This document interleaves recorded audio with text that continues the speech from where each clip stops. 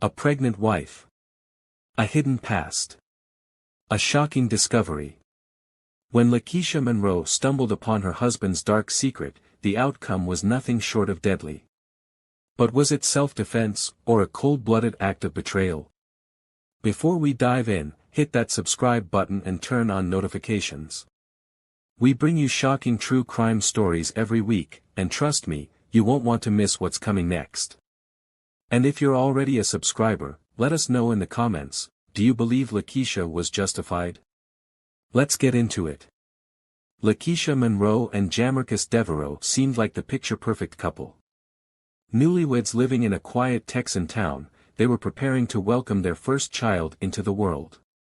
At just 28 years old, Lakeisha was glowing with the excitement of becoming a mother, while her 32-year-old husband, Jamarcus, was the steady provider she thought she could depend on. But behind their happy facade, Lakeisha always had a nagging feeling, an unease she couldn't quite explain. Jamarcus's past was a mystery, one he was reluctant to talk about. Whenever she asked about his life before they met, he would dismiss her questions with vague answers or change the subject entirely. For a while, she let it go. Everything seemed perfect. They were building a life together, decorating a nursery, and dreaming of their future as a family. But all of that changed one fateful evening when Lakeisha stumbled upon Jamarcus's Google search history.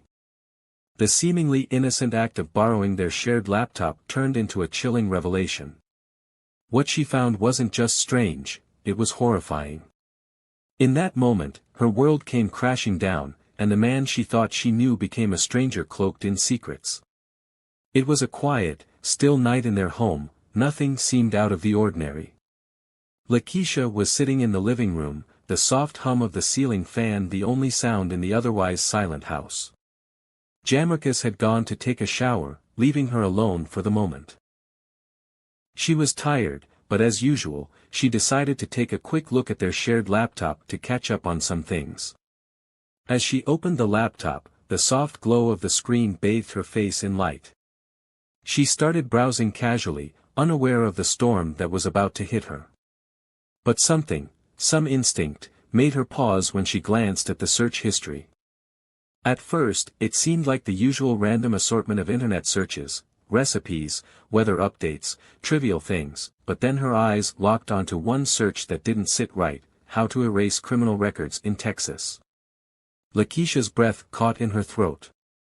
The words stared back at her, each letter piercing her thoughts like a shard of glass. She couldn't understand it. The first thought that flickered in her mind was that maybe it was a mistake, maybe it wasn't even him. But as her fingers trembled, she clicked on the search, desperate for some kind of explanation. But what she found next made her pulse spike. Can a convicted murderer legally marry? Her heart skipped a beat. This wasn't a coincidence. Her chest tightened, her breath coming in short gasps. The questions she had been avoiding for months, the whispers in her mind about Jamarcus's past, suddenly seemed so real. How could he, the man she was married to, be searching for something like this? Her mind reeled, but before she could process, she scrolled down, her eyes frantic as they skimmed over the next search. Is a spouse obligated to report a crime? The words hung in the air, suffocating her. She felt as if the room was closing in, the walls pressing against her chest. The ground beneath her feet seemed to shift, her body trembling with the weight of the discovery. She had always sensed something was off about Jamarcus's past, his reluctance to talk about it, his mysterious silences, but this? This was something else entirely. Instinctively, she clicked on the first link, her hands shaking uncontrollably.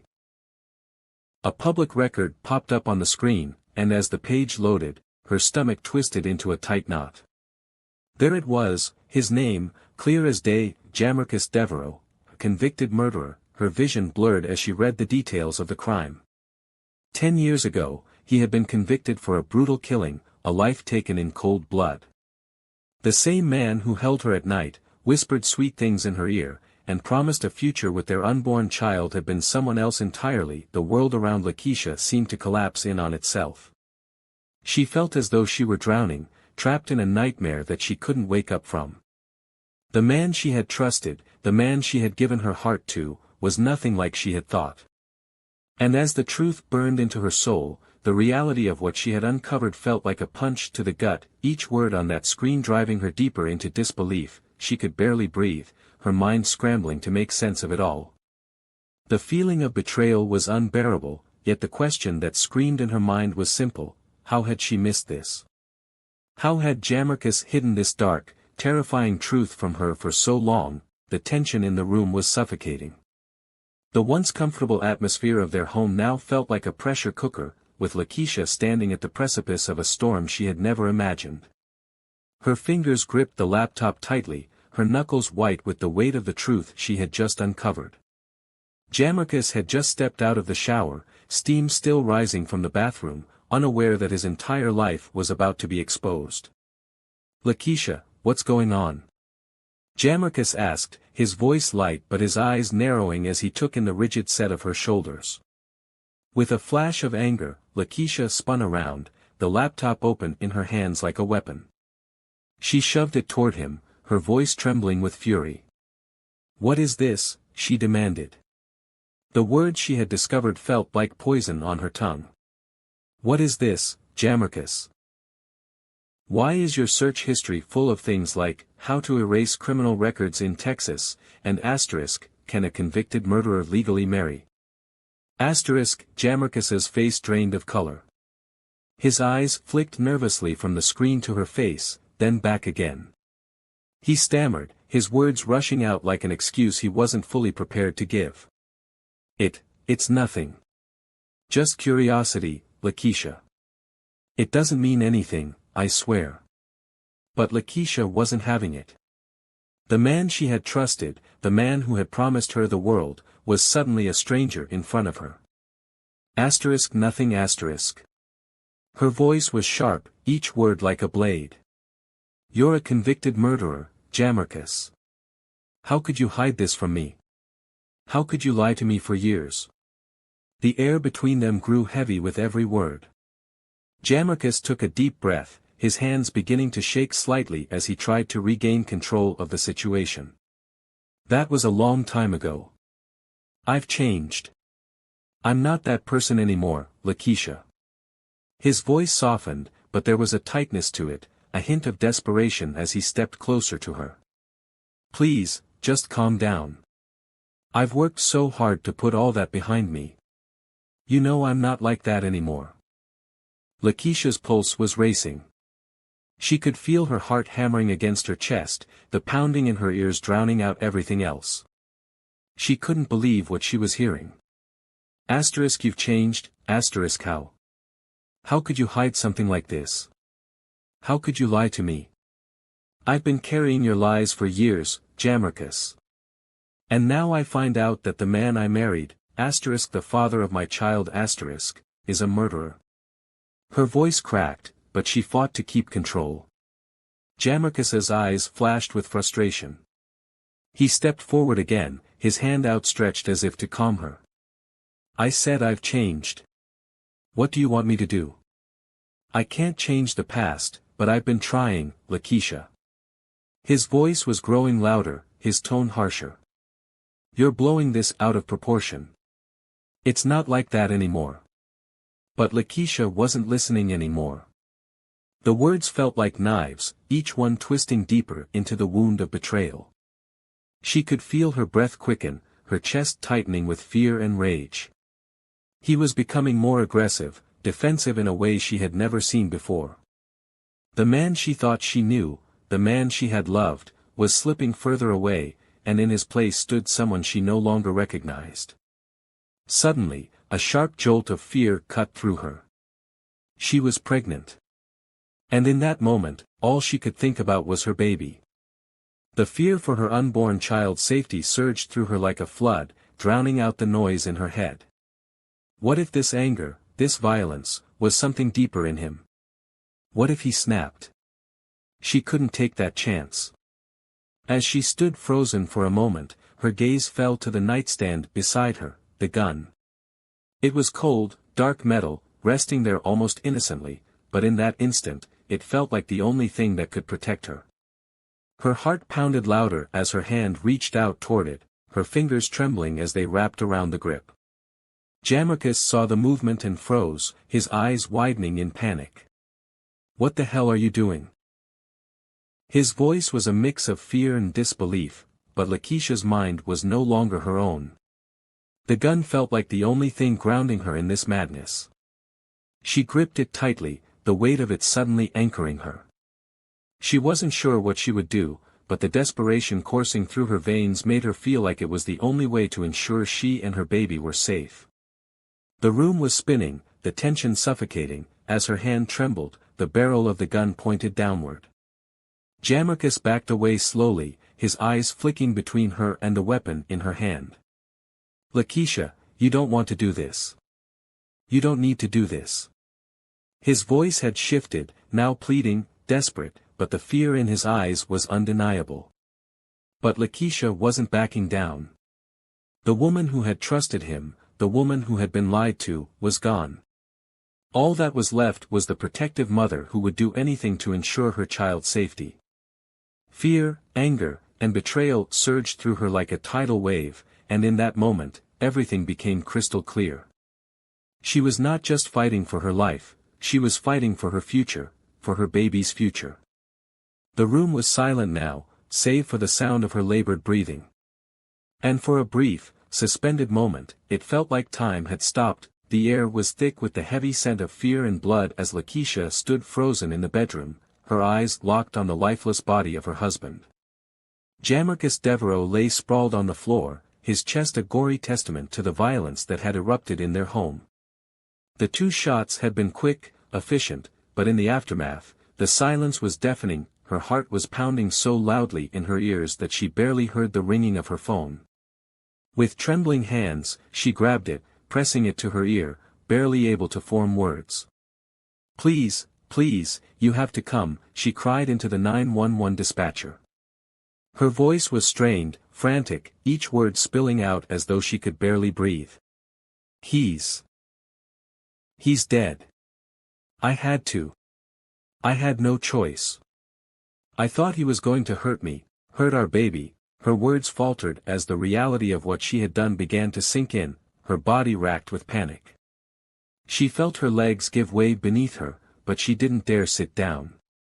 Her stomach churned violently, her mind replaying the events, but her hands, slick with sweat, continued to shake uncontrollably. The dispatcher urged her to stay calm, to give them her address. But it was impossible to calm down, nothing would ever feel calm again. Within minutes, the sound of sirens filled the night, growing louder with every passing second. When the police arrived, they were met with the grim sight of Jamrkus's body, cold on the floor, blood pooling around him in dark, crimson waves. The officers quickly fanned out, taking in the scene with the sharp, practiced eyes of seasoned investigators. The room was eerily quiet, the stillness of death hanging in the air like a shroud. Lakeisha stood off to the side, her face pale, her eyes wide with disbelief, still clutching her phone in one hand. She was in shock, her words barely making sense as she tried to explain herself. "I had to. I thought he was going to hurt me. He got violent. I was just trying to protect myself, protect the baby." The officers exchanged glances, their faces unreadable as they surveyed the room. They noted the position of the gun, cold, heavy in Lakeisha's hand when they arrived, still clenched tightly as if it could offer her some sense of control. No weapon was found on Jamrkus. No signs of immediate aggression. Just a tense, broken silence. As they processed the scene, the evidence began to tell its own story. Blood spattered across the walls, but the gunshot wounds were clean, precise, almost too perfect. They photographed the gun, the angle from which it had been fired, and the lack of any signs that Jamrkus had been prepared to defend himself. No broken furniture, no signs of a struggle that might explain how Lakeisha had come to use the weapon. The room felt strangely untouched by the chaos of their argument, except for the final, irreversible act of violence. Lakeisha was handcuffed, her limbs heavy and unresponsive as she was escorted out of the house. The cold steel of the cuffs biting into her skin seemed to bring her back to the present, but it felt like she was living in a nightmare.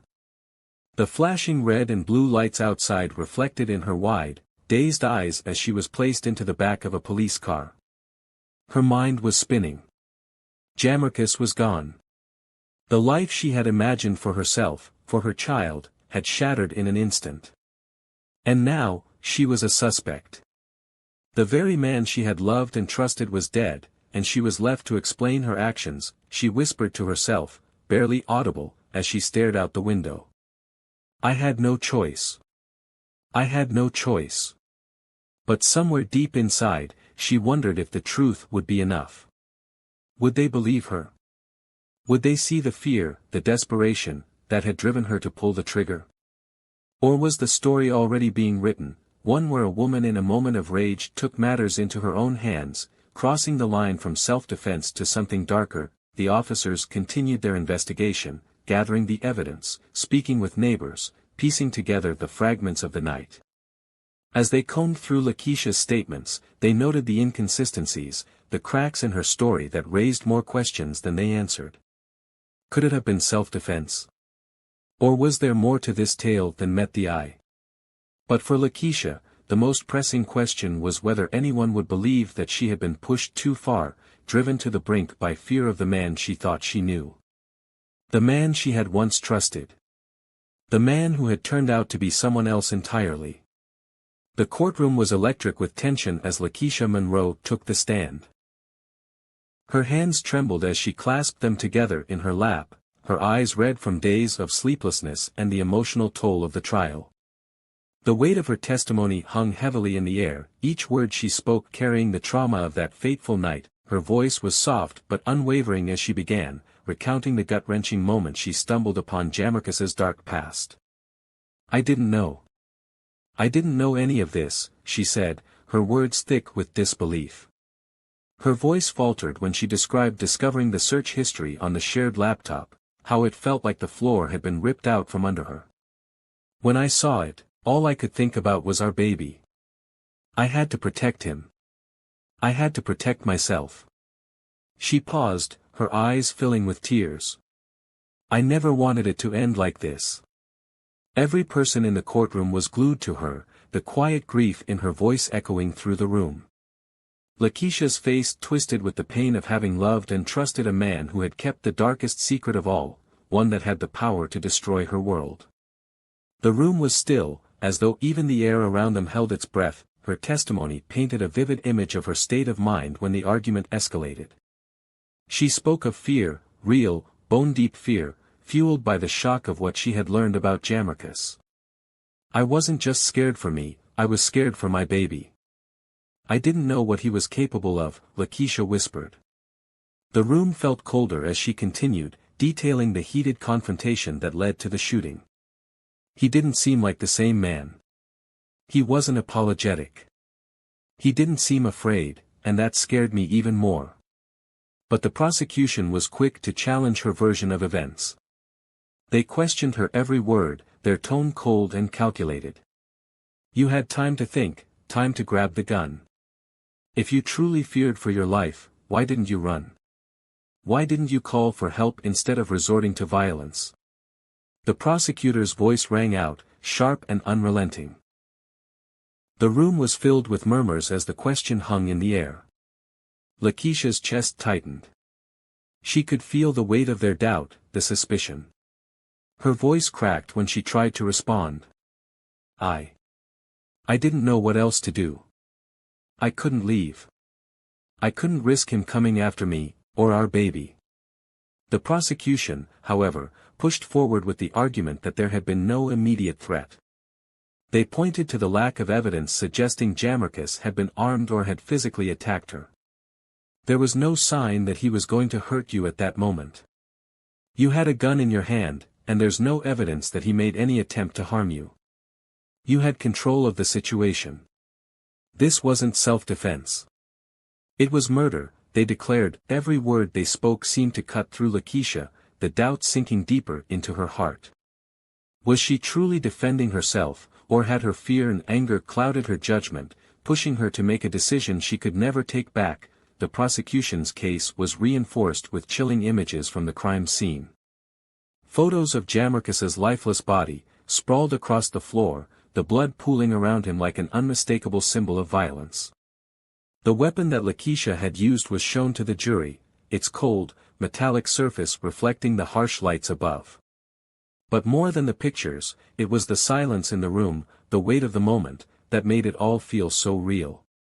The jury was carefully piecing together the truth from the fragments of evidence they were given. And with each passing second, the tension in the courtroom became almost unbearable. Then came the laptop, the same device that had led to this violent chain of events. The prosecution highlighted the incriminating search history: how to erase criminal records in Texas, can a convicted murderer legally marry? The words seemed to jump out of the screen, their significance like a ticking time bomb. They painted a picture of a man who had hidden his past so well, a man who had fooled the woman he married and, by all appearances, built a life on lies. The defense argued that Lakeisha was justified in her fear, that no one should have to live with the uncertainty of whether their spouse, someone they loved, might suddenly snap due to their violent past. She didn't know him. She didn't know the monster he once was, the defense attorney said, his voice laden with compassion for the young woman in front of him. But she learned the truth too late, and it cost her everything. But even as Lakeisha's defense tried to paint her as a victim of circumstance, the jury remained skeptical. Was it fear? Or was it rage? Could she truly have been acting in self-defense, or had the discovery of Jamarcus's past led her down a darker path, a path where violence was the only answer? The tension in the courtroom was palpable as both sides prepared for their final arguments. The room seemed to hold its breath as Lakeisha, the woman at the center of it all, sat quietly in her seat, her hands folded tightly in her lap. The trial had become a battle of narratives, one where the truth seemed to slip further and further away with each passing moment, and outside the courtroom, the nation watched closely. People were torn. Some believed Lakeisha was a woman who had been pushed too far, her trust shattered and her life turned upside down. Others saw her as a woman who had crossed a line, choosing violence when other options were available.